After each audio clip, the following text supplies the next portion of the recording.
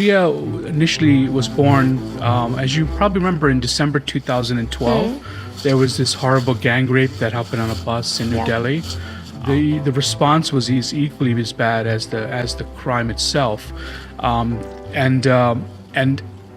we were angered by that. We many people took to the streets protesting, and at one of these protests, I spoke to a Delhi police officer and asked him what he thought about what happened to her and just in general the situation. And he said something that really got me thinking. So Priya and the Twirling Wind takes place in Delhi, and there's a big problem with air pollution there.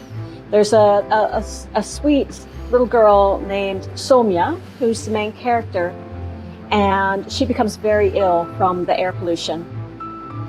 And Priya comes to show her that there's another way of doing things.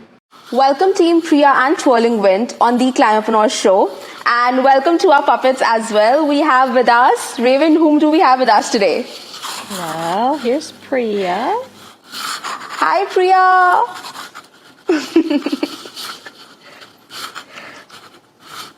And there's also Soumya, who's a little girl who features in the story.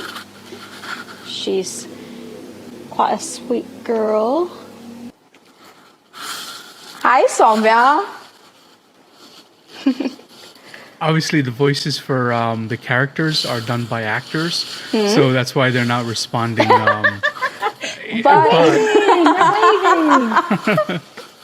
So this is the magic of puppetry. Yes. Raven, of course, is the designer, and she's the director of the film, and she performs the puppets too. But it's a collaboration, so you of course have voiceover actors, musicians, and everyone else involved to bring them all to life and to give them personalities.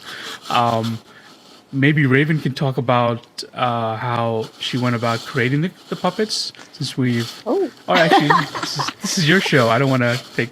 No, but I really want to know from Raven, because I've read somewhere that the puppets are handmade, and I feel this thing that when you're creating some things from your hand, it really, that emotion, that feeling, that connect, everything goes into it. So Raven, while you were creating the ears, the nose, the mouth, what were the thoughts that were going in your head, and what connection do you have with these puppets as an individual? Well, I'd read about Priya on Ram's website and watched some of the films that Priya was in, and had read some of the comics. Ram and I had met at a conference, I think it was last year, and I was very interested in his work, and so I was very curious, and then he'd sent me over some comic books to read, and that was very exciting.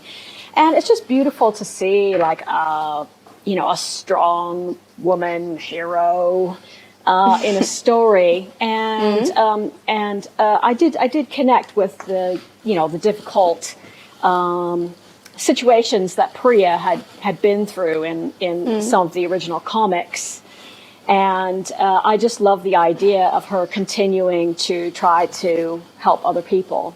So I was happy as I was making the puppets. I was very excited about that connection. Amazing. You are creating puppets towards climate action this time. So Ram, before we actually go into Priya and the Twirling Wind, so I read why Priya was born, how it was born, and I found it truly inspiring. I found that you took really a step of courage there to create Priya. So let's just go back a little bit and let's just tell our listeners that why was Priya born? For what reason was Priya born? Sure. Well, Priya initially was born, as you probably remember, in December 2012. There was this horrible gang rape that happened on a bus in New Delhi. I was in New Delhi at that time working on a documentary, and like many Indians was horrified by what we saw, what we heard. She eventually died from the trauma and the wounds. And most of us took to the streets protesting not only against the government's indifference to what happened to her, but also the patriarchy and sort of the culture that was existing that allowed this to happen and allowed the response to happen.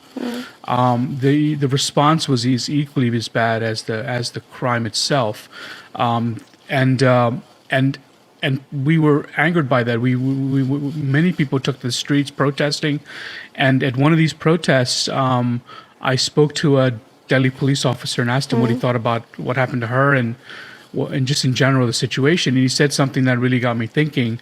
He said, "No good girl walks home alone at night." And that implies that either she deserved it or she provoked the rape. Now, immediately, it sunk into me that the problem of sexual violence was not a legal problem, but a cultural problem, and it needed to be addressed in a cultural way. And that became this research process where I tried to understand gender-based violence issues in India. Even though I was born in India, I grew up in the U.S., and I was not aware of the situation of women in India. And honestly, as a man, and this is a very typical thing most men will say, at that time, most men would have said, gender violence is a women's issue. And I knew that was the wrong thing, especially after talking to the police officer, that men had to be activated, they had to be involved, they had to solve gender-based violence with women, and it had to be equally shared issue that had to be dealt both ways for obvious reasons. And that's where this idea started coming. Studying Indian mythology and Indian folk tales, and obviously reading all the Indian comic books growing up as a kid, I wanted to create a character that was a strong female character who was a survivor of gender-based violence. She survives rape, and through what happens to her, she overcomes her fears and starts a movement to bring people towards the fight against gender-based violence, which is what happening right during those protests. I mean, I have to really emphasize this. During those protests, what was amazing is we saw equally same amount of women and men protesting and angered by what happened to her and the indifference that the government was portraying. So this I really tried to capture in the comic book and really try to bring that energy out. Definitely, Ram, that's a step of courage in the way you used your skills, the way you used your talent to be the change. I feel that there's a lot to learn from you on that note as an individual. So, Ram, from there, why did Priya and the Twirling win? What really led you towards creating a comic towards climate action? So, last year, as you know, from the COVID pandemic, there was a lot of focus on that. And a lot of women had to end up going home and working from home like everyone else. And which put undue pressure on women who not only had to take care of the home life in most cases, they also had to take care of the work and everything else. And we focused on that in a comic book called Priya's Mask. And that became a huge hit. And I said, there is a way to sort of talk about gender issues other than through the issues of gender-based violence. Because all the previous comics books dealt with gender-based violence, whether it was rape or acid attacks or sex trafficking. And Priya's Mask allowed us to focus on other topics, but through the lens of a strong female character. And that led to this idea with this comic book, Priya and the Twirling Wind, to focus on climate change. And I started wondering, is there a gender lens where we can kind of focus on climate change? And I started researching and reading about it, and I read about the Chipko movement, which was one of the first female-led environmental movements in the world, and in India in particular, and really helped stop deforestation in northern India. This was back in the 70s. And that's where this whole project started, was my stumbling upon the Chipko movement and learning about that. So what do you think that, people can learn from Chipko movement, be it of any age or be it of any nationality? What does Chipko movement teaches us? Well, I think Chipko movement teaches us multiple things, and this is really emphasized in the comic book. And I'll have Raven talk a little bit more about the film, which also talks a lot about the environmental issues. But in the comic book in particular, we focus on the Chipko movement. And there are a few things that we can learn from the Chipko movement. One, that Chipko was started by peasant women in northern India. So you can be from the most disenfranchised, not politically connected group of people, uneducated as well, and organize and fight against issues that are really relevant to you and have dramatic change. Now, why the Chipko movement was successful was these women looked at the forest that they lived in and immediately saw that by cutting down the trees, which was being done by loggers, by the government, that it had some immediate effects on their lives and their children's and families' lives. First, it reduced the food, the dependency on the forest. The forest provided so much for them. Secondly, the forest prevented, during the rainy seasons, the flooding, overflooding of the rivers. And there was a massive flood that resulted from the deforestation. And that was, and they realized these two things was having dramatic changes in their lives, and it was immediate dramatic changes. So they organized and stopped deforestation in the places they lived, and then petitioned the government to change the laws. And it was inspirational. I mean, there's an iconic image of them hugging trees, protecting the trees, creating a human chain of women to stop the cutting of the trees. And that's the beginning of tree hugging. I mean, that image is the beginning of, in my opinion, in the environmental movement worldwide. I mean, obviously the environmental movement has been there longer, but the imagery and the iconic imagery comes from that. And we put all that into the comic book. I think, like what you talked about, that iconic imagery. Raven, would you say that this is that iconic imagery where, like when I was like seeing all these clips, I found one very strong notion of working together. Like even Priya mentions it, Soumya mentions it to her mother again. So is that from there that you would literally drive the narrative of the comic, that working together we can actually solve this? And also, Raven, please do share with us that what is Priya and the Twirling Wind? Share with us something about the characters called Priya, Soumya, like tell us. Well, I would say that any kind of oppression or injustice usually involves trying to make the victims feel like they're alone. And so many different types of oppression try to break down the bonds between people, because we do naturally cooperate. Yes. And we just need to remember that this is our strength. Yeah. This is what we can do. If we work together, we can change things. And, we've even seen that throughout the pandemic, where, suddenly, whole economy just shuts down, just because we want to protect the most vulnerable people in our societies. So it's not like it's not like it's impossible. It's like we can do it. We just have to decide to do it. And we have to remember that we are not alone, and that we have so many allies all working towards the same goals. Yes. And that, government is there because we allow it and because we put them there. Yep. So it's like it's up to us to change things. No, definitely. And I'm sorry, I didn't catch the second part of your question. I'm sorry about the puppets. Tell me about more about the comic. What can, say, our listeners or viewers get from the comic, the Priya and the Twirling Wind, and also share something about the characters, Priya, Soumya. So Priya and the Twirling Wind takes place in Delhi, and there's a big problem with air pollution there. There's a sweet little girl named Soumya, who's the main character, and she becomes very ill from the air pollution.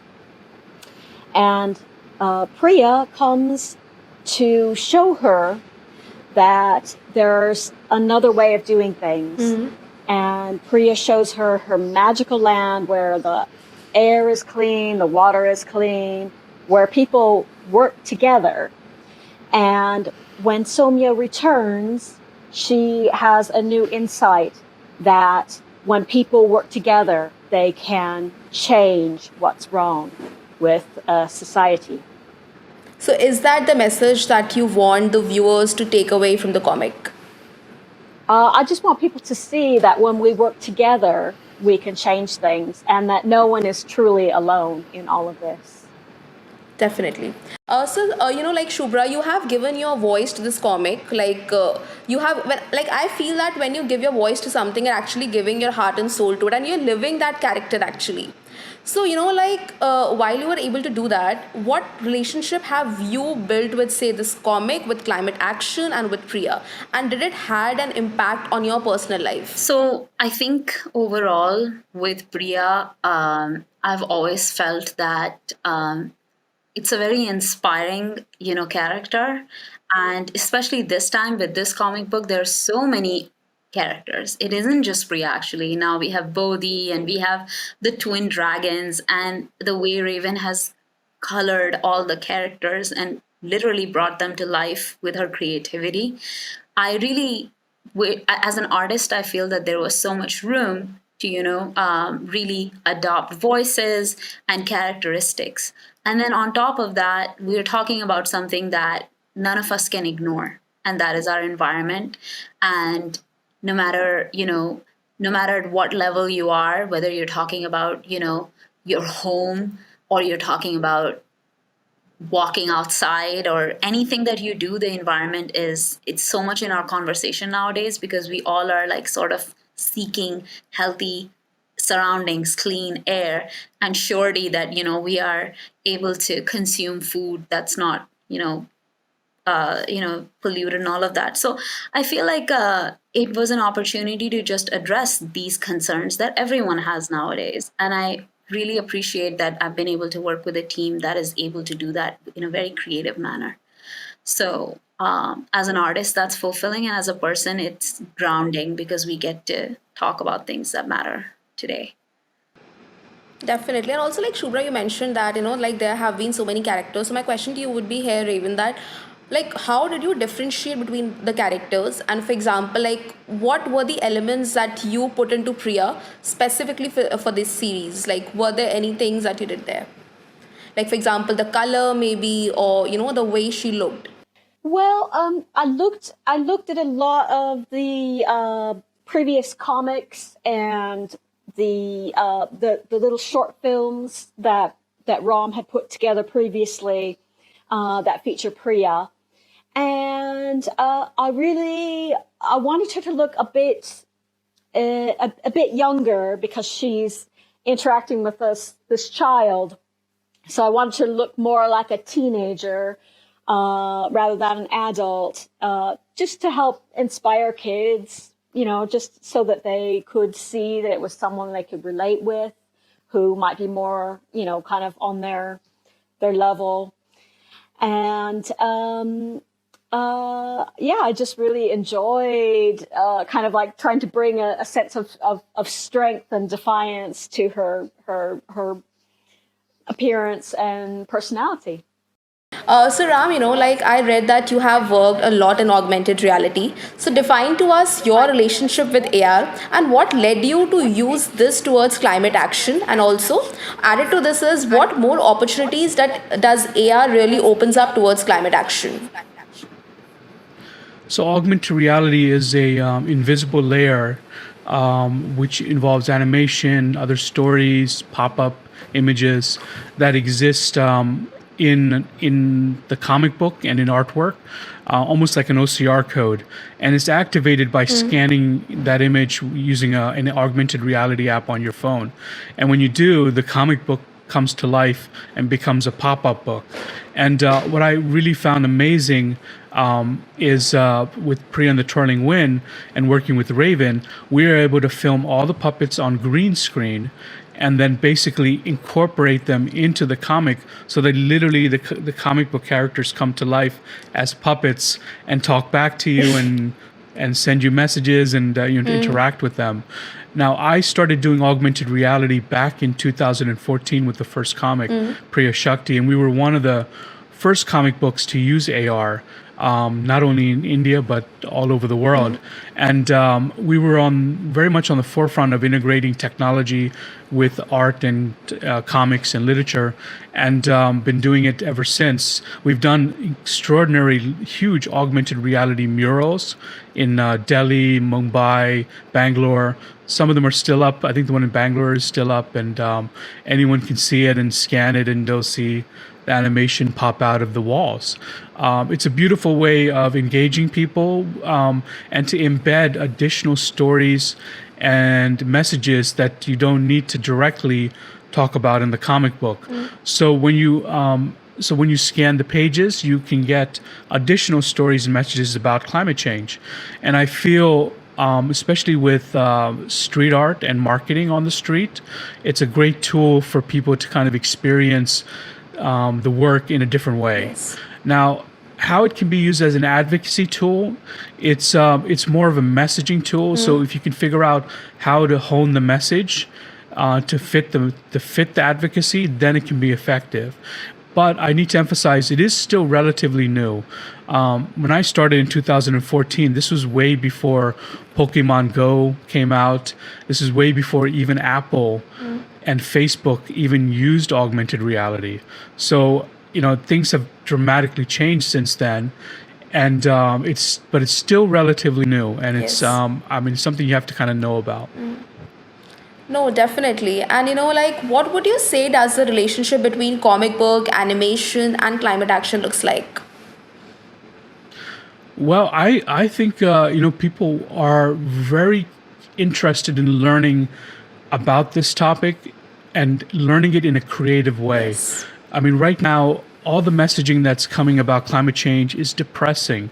It's like the end of the world. We're like, 50 years, the entire planet's just going to boil over and all the animals are going to die. That seems to be the message that is coming out. And it instills fear in all of us when you see something so hopeless. And I understand, being like this harbinger of this news and really emphasizing it, the urgency of it, because obviously everything we've done up until now, we have been completely neglecting the messaging. But when you have such negative news, it instills fear. And I think you need an alternative way of inspiring hope and the possibility of change in people. And this is where Priya and the Twirling Wind and Priya as a character is really strong at. Ravan, working with Priya and the Twirling Wind, has your opinion towards climate action and climate change changed? I guess it has given me more hope in terms of like being able to reach more people. I was already very interested in that movement, Yes. and I consider myself part of that movement. So I was very happy to be, creating a Priya puppet who could speak to the next generation as well. And I also saw that you also spoke to the next generation. Like, there were some clips. So, tell me more about it. Tell me more about when you went and talked to the kids with the puppets. How was the experience like? What did you talk to them about? And can our listeners and viewers also see those clips? So all the videos, including the ones with the children and interviews with climate scientists, where the puppet is interacting with them, they will all be out on YouTube next week. And Ravan, how was your experience while you were talking to these kids with, say, the puppets that you have created? What was the energy like? What were the kids' experiences, and what did you learn from that interaction? I found it quite moving to work with the kids on and have the Priya puppet interview these very, very intelligent and insightful young people. It gave me some hope, for the planet a bit, to see that these are very caring people, and also that I also worried a little bit about there's a little bit of a focus on picking up litter rather than the bigger, the larger scale issues of, stopping corporations from polluting. So it kind of gave me the insight that they are, the messages that come down to children are that, that individual actions such as, accidentally dropping a sweet wrapper in the street that's a terrible thing. Whereas they don't really see the perspective of how these I think it's what is it 100 corporations are doing something like 80% of responsible for something like 80% of the climate change problem or something like that. And it's like, we need to talk to those people, but it was so heartening and so hopeful to talk with these kids and see like how much they did truly care. It was really a lovely experience. And Ram, like, who would you like call a superhero? Like, does everyone, like, do we all have a Priya inside us? And what does it take to rediscover that Priya inside us through the comic book that you have created? Well, the main characteristic of Priya and the challenge that she always overcomes in the comic is overcoming fear. Fear is the one thing that I notice a lot of survivors have to overcome in order to get to the point of understanding and healing. And that's what Priya really emphasizes, and even emphasizes in this comic book about climate change. Our fear of this overwhelming problem should not stop us from taking action. And I think talking with these kids in London, which Raven spoke with the puppets, I think I think a lot of them are aware of what they can do individually on a very local level and try to solve it. But they do understand the bigger problems. But obviously, as children, there's so much they can do. There's a lot of inspiration from the climate strikes and activities that the young people are starting to do. But there has to be always a good balance. I think the success of climate action can be really effective when you have both short-term goals and long-term goals. So the short-term local goals are the ones in which you can do within your own block, your own neighborhood, your community, cleaning up the streets, cleaning up trash dumps, not polluting, recycling, trying to live a more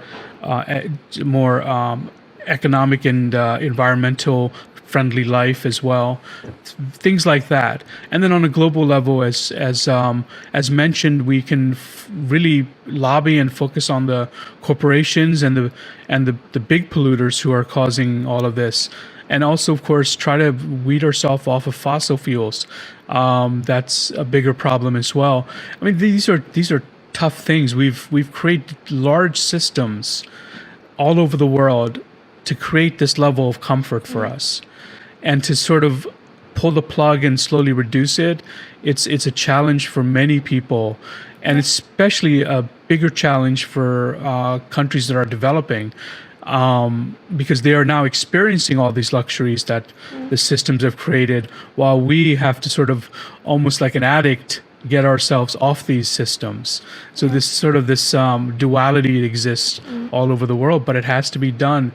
Yeah, you're right here. And also, one of the things that I really wanted to ask you is that with the comic, like, what things can people expect? Like, sometimes it happens that when we talk about climate change, when we talk about climate action, awareness is important, but that hope for action, that hope that, like what you mentioned, that sometimes the problem seems overwhelmingly big, but showing that, okay, it's possible and we can do this. So the comic also, involves that element into it.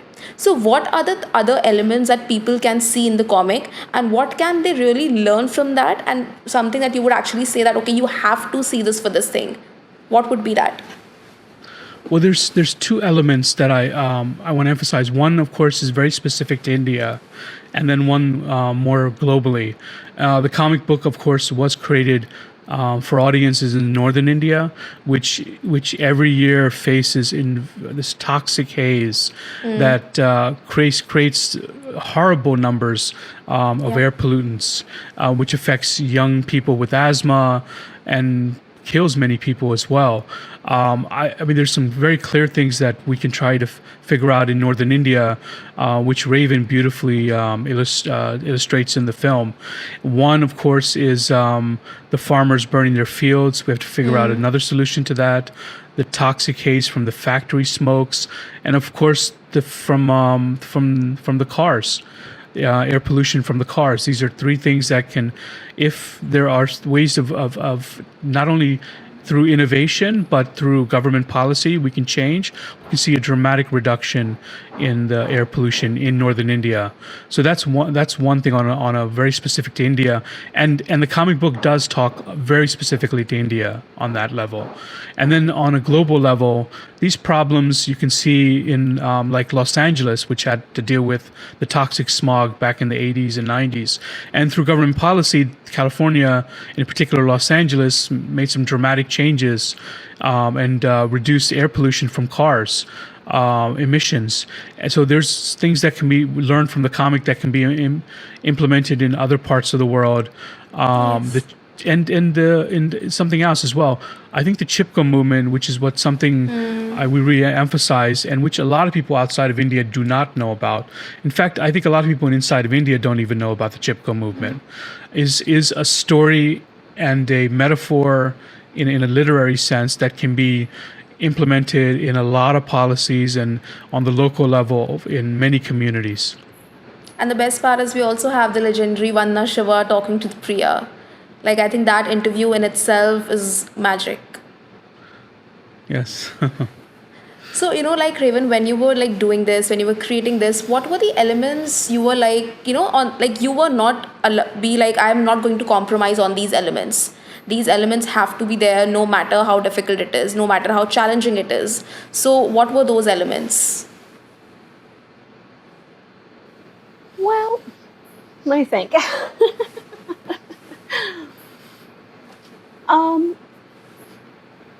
I really wanted to show kind of the damage that was done to Sonia, the child character, and how afraid and alone she felt when she was in hospital, and just how this air pollution was really impacting her. And I also want to show how frightened and worried her mother was as well. I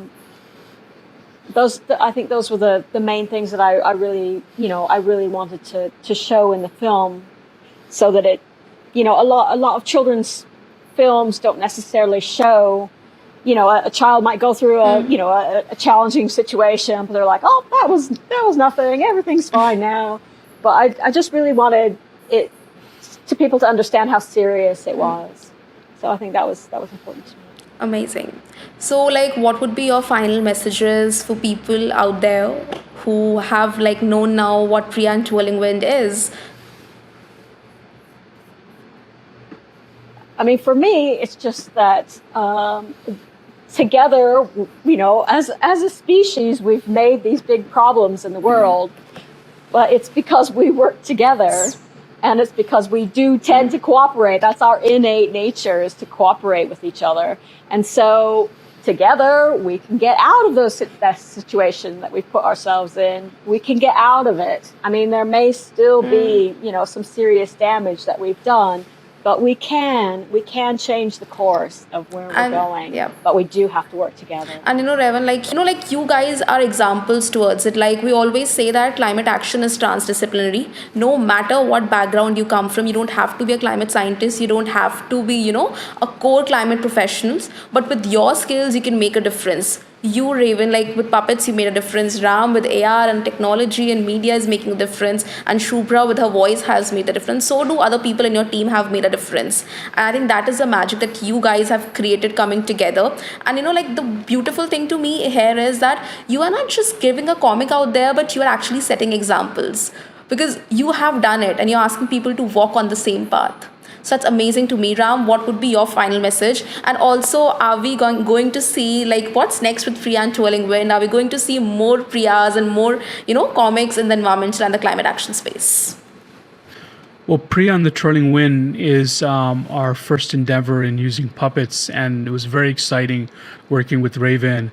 And we ended up filming and shooting a lot of stuff, all focusing on climate change. So our goal over the next 6 months is to release more short films with all the puppets that we created. We created a whole universe of puppets, and then this whole project is really designed for children between 8 and 12, and it's an excellent way to educate them about climate change and to really inspire hope in them. So that's one of our goals for the next foreseeable future. We hope to do more comics focusing on other climate change issues and other social issues as well, and maybe even going back to gender-based violence as well. So these are all things up in planning, and we're very excited about it. And Ram, like, is there anything that people listening to us right now can do for us, can do for the planet? Like, what would you ask them? Because I'm telling you, they're very kind. Like, this community is very collaborative. So, is there anything that you want to today open up that, okay, guys, I need help in this, and that is how you can help me? Oh, well, let me just think about it a second. Actually, there's two parts to that question. So in terms of Priya and the Twirling Wind, I would definitely love to collaborate with schools, community centers, NGOs working on climate change. We're happy to rebrand this comic with their organization, and they can then use it as an educational tool for free within their community, within their organization. And I think it's an excellent way to talk about climate change in a very unconventional and a different way. You know, it's a very difficult topic to talk about and have it explained to children. And I think this comic book and the films does an excellent job of doing that. And the second part about what is my message about climate change? I mean, even though I've written a very hopeful book, I do think the problem of climate change is no matter what changes we do is already in the process of happening. I mean, even now, I see the seasons are being shifted by months, weeks to months. You know, growing up, spring started at a particular month. Now it seems to be starting much later, and so on. And there's less snow, and there's many other things you can say within where I live. So I think climate change is happening, and we have to just find a way to mitigate it and to reduce it. And I say this, you know, think of it. Okay, obviously think about it as how the Earth deals with it, but also think about how climate change affects you personally. Because what's going to happen is if we don't make changes, the worst things that can happen, which we all know about, will have a deep effect on many communities and many people. Now, the thing I want to say, and this, I have to phrase this very carefully. You know, people who are rich or affluent or live in communities or societies that can easily migrate to different parts of the world and avoid climate change, they're going to do that. But what's going to happen is the many people that cannot and don't have the chance to do that are going to be deeply affected by famine, flooding, other situations that result from climate change. And there you're going to have enormous strife, civil war, violence, famine, destitution. I mean, do you really want those human conditions to exist? Because that's going to have systematic crisis change in everyone's lives in the future. See, the thing with climate change, we might not visually see it, but we can visually see the impact of climate change on ourselves and on our own communities. You can see it in the civil wars, the violence, the famine. Those things you'll clearly see. Now, do you want that to get worse in the future? Or less. If you want it to be less, which I think everyone does, we have to make some dramatic changes towards the climate. Definitely. And no, Ram, like one thing, like, you are not a climate change professional, you're not a climate scientist. But just look at the way you've explained things, just look at the way you've educated your own self and created something. I think that really sets the example. While you were talking, Ram, like, to be very honest, like, I was feeling this from inside. Just look at this man. The way you've done it, this is exactly what we need right now. We do not have to be climate scientists. All of us, look at Raven, like she creates puppet for cause and she's doing it for climate Right. action. So guys, thank you for creating that magic, because people like you are inspiring, people like you are walking the talk. So thank you for doing what you do, and I'm sure, like, because with the kind of emotion that you've created, Priya, and the twirling wind, it's really going to be the place where you expect it to be. And Ram, I'm definitely looking forward to more and more, I would say, pieces in the climate action environmental space from you. And hats off to you guys for doing what you do. Like, I genuinely mean it. Thank you. Yeah.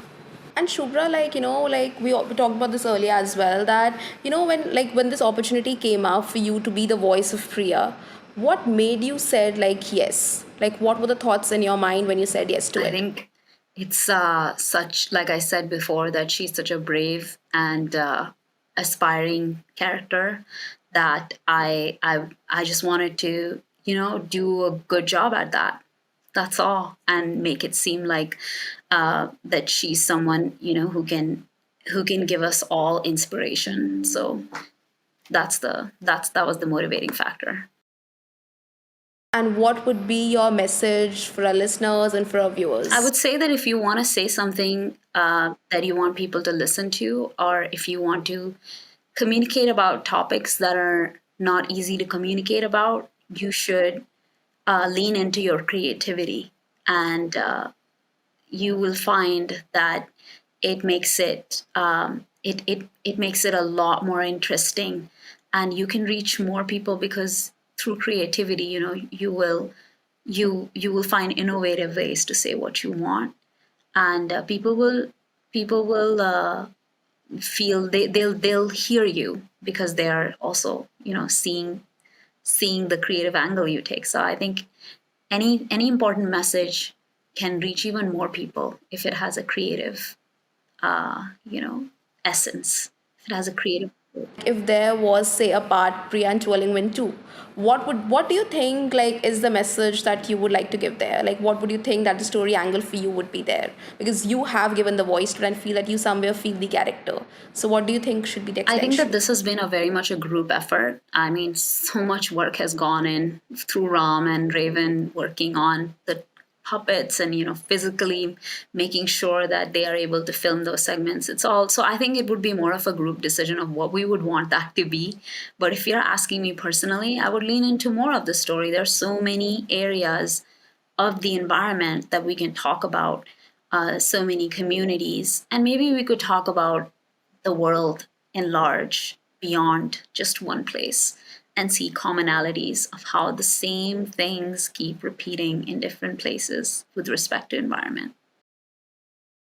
And has your definition towards, say, climate change or climate action changed after working with this? I think it has gotten even more reaffirmed that we should. I mean, we have to take it seriously, but it's gotten even more. Uh, you know, uh, I would say that I've just become more and more invested in it. So yeah. Thank you, Shubhra. And like I was earlier mentioning it to Raven and Ram, that like you have also given your voice towards climate action, I would say, and in your own space, in your own diverse way. So thank you for doing that. Thank you for being an example to many out there. So like tell me, what would be Priya's message for our viewers and listeners? So Priya, there you go. Hello, my name is Priya, and I think all of us can bear responsibilities towards our environment and our surroundings. This means taking personal responsibility to make sure that we're keeping clean surroundings, and personal responsibilities towards educating ourselves and the people around us about how to keep our environment healthy and clean. And this was Priya and the team of Twirling Wind on yours favorite, the Climapreneur Show. So thank you, Raven, thank you, Ram, and thank you, Shubhra, for being here today with us.